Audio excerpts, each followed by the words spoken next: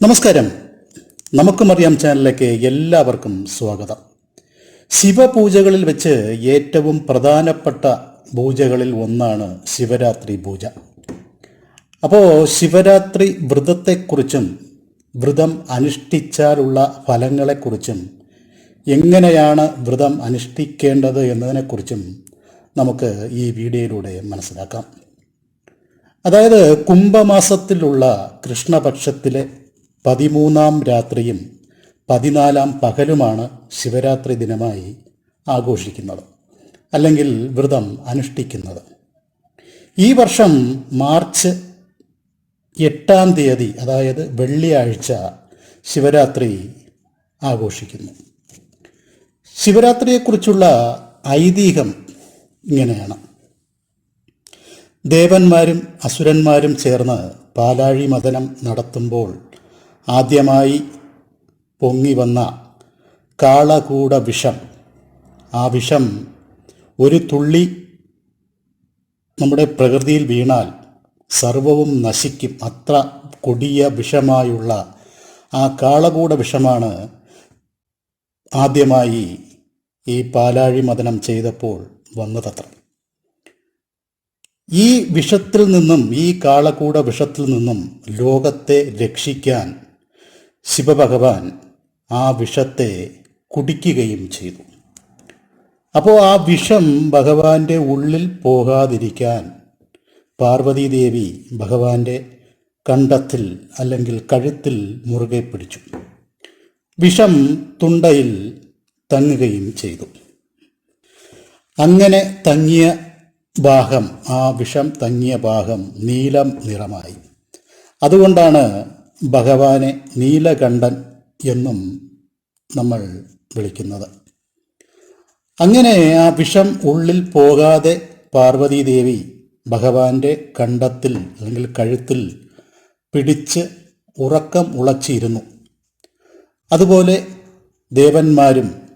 ദേവന്മാർ എല്ലാവരും ഭഗവാനെ ഉറങ്ങാതെ ഇരിക്കാൻ ശിവകീർത്തനങ്ങളും ശിവനാമങ്ങളും സ്തുതിച്ച് ആ ദിവസം ഉറങ്ങാതെ ഇരുന്നതിനാലാണ് ഈ ദിവസം ഭക്തന്മാർ ഉറങ്ങാതെ ഇരുന്ന് ശിവരാത്രി ആഘോഷിക്കുന്നത്.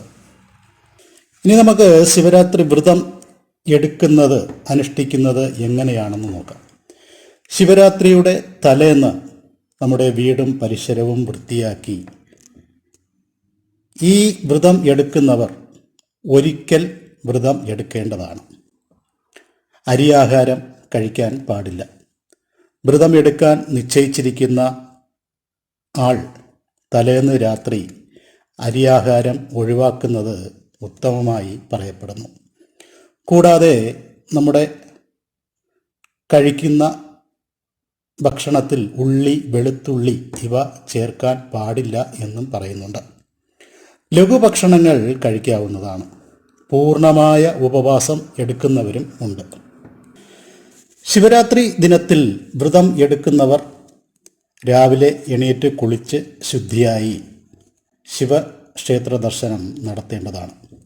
ക്ഷേത്രത്തിലെ എല്ലാ പൂജകളിലും പങ്കുകൊണ്ട് ഭഗവാനെ കണ്ടു തൊഴുത് ഭസ്മ ധരിച്ച് ഓം നമഃശിവായ മന്ത്രം ഉരുവിടേണ്ടതാണ്.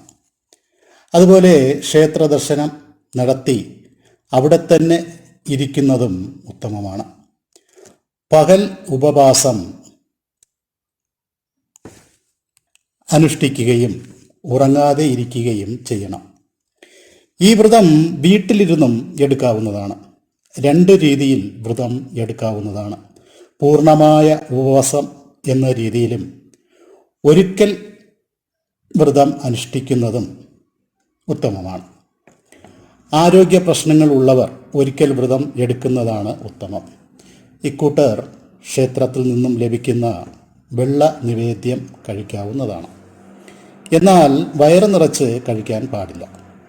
ശിവരാത്രി വ്രതം ആരംഭിച്ചാൽ പകലും രാത്രിയും ഉറങ്ങാൻ പാടില്ല.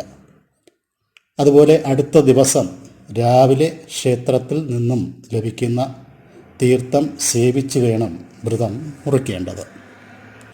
അപ്പോൾ ചിലർക്കുള്ള സംശയമാണ്, ശിവരാത്രിയുടെ തലേന്നാണോ ഉറക്കം ഇളക്കേണ്ടത് അതോ ശിവരാത്രിയുടെ അന്നാണോ എന്നത്. തീർച്ചയായും ശിവരാത്രിയുടെ അന്നേ ദിനം തന്നെയാണ് അന്ന് രാവിലെയും രാത്രിയും ഉറക്കമുളച്ച് പിറ്റേ ദിവസം ശിവക്ഷേത്രത്തിൽ ചെന്ന് ഭഗവാനെ കണ്ടു തൊഴുത് തീർത്ഥം കുടിച്ച് ശേഷം വൈകുന്നേരം മാത്രമേ ഉറങ്ങാവൂ. എന്നാൽ മാത്രമേ ശിവരാത്രി വ്രതത്തിൻ്റെ പൂർണ്ണമായ ഫലം ലഭിക്കുകയുള്ളൂ. ഈ ശിവരാത്രി വ്രതത്തിൽ നമ്മൾ ഓരോ യാമപൂജകളിലും പങ്കുകൊള്ളുന്നത് പൂർണ്ണ പുണ്യം ലഭിക്കുന്നതാണ്. അതുപോലെ ചിലർ ശിവരാത്രി ദിവസം സിനിമ കണ്ടും അതുപോലെ സ്റ്റേജ് ഷോകളും പ്രോഗ്രാമുകളും കണ്ട് ഉറക്കമിളയ്ക്കുന്നത് കണ്ടിട്ടുണ്ട്. ഇങ്ങനെ ചെയ്യുന്നത് ഒരു പുണ്യവും ലഭിക്കില്ല. ഇത് ഉറക്കമുളയ്ക്കുന്നു എന്ന് വരുത്തി തീർക്കൽ മാത്രമാണ്. അതുപോലെ ശിവരാത്രി വ്രതം എന്ന് പറയുമ്പോൾ ഒരു രാവും ഒരു പകലും ഉറക്കമിളച്ച് ഭഗവാന്റെ നാമങ്ങൾ ജപിച്ച് ഭഗവാനിൽ ലയിക്കുക എന്നതാണ്. ഇനി സ്ത്രീകൾക്കുള്ള ഒരു സംശയമാണ്, ആർത്തവകാലം കഴിഞ്ഞ് എത്ര ദിവസം കഴിഞ്ഞ് വ്രതം എടുക്കാം എന്നത്. ശിവക്ഷേത്ര ദർശനവും ശിവഭഗവാനുമായി ബന്ധപ്പെട്ട എല്ലാ കാര്യങ്ങൾക്കും 10 ദിവസം കഴിഞ്ഞ് മാത്രമേ സാധിക്കുകയുള്ളൂ. എന്നാൽ ദേവീപരമായിട്ടുള്ള കാര്യങ്ങൾക്ക് 7 ദിവസം കഴിഞ്ഞ് ആകാം എന്നാണ് വിധി.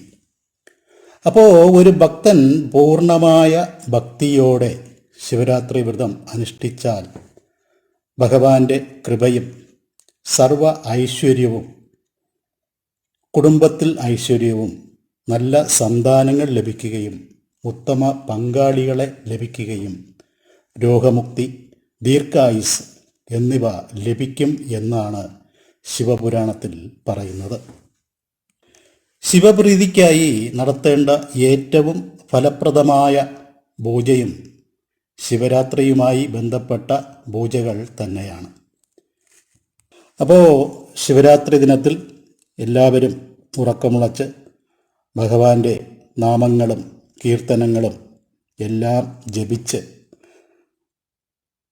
നാമങ്ങൾ ജപിക്കാൻ അറിയാത്തവർ ഓം നമഃശിവായ എന്ന മന്ത്രം മനസ്സിൽ മനനം ചെയ്തുകൊണ്ടേയിരിക്കുക. അപ്പോൾ തീർച്ചയായും ഭഗവാന്റെ അനുഗ്രഹം നിങ്ങൾ എല്ലാവർക്കും ലഭിക്കട്ടെ എന്ന് ഭഗവാനോട് ഭക്തിപൂർവം അഭ്യർത്ഥിച്ചുകൊണ്ട് ഈ വീഡിയോ ഇവിടെ നിർത്തുന്നു. അപ്പോൾ എല്ലാവർക്കും ശിവരാത്രിയെക്കുറിച്ചുള്ള എല്ലാ കാര്യങ്ങളും മനസ്സിലായി എന്ന് വിശ്വസിക്കുന്നു. ഇതുപോലുള്ള അറിവുകൾ ലഭിക്കാൻ ഈ ചാനൽ ഒന്ന് സബ്സ്ക്രൈബ് ചെയ്യുക, മറ്റുള്ളവർക്ക് ഷെയർ ചെയ്ത് കൊടുക്കുക, ലൈക്ക് ചെയ്യുക. അടുത്തൊരു വീഡിയോയിൽ കാണുന്നതുവരെ എല്ലാവർക്കും നന്ദി, നമസ്കാരം.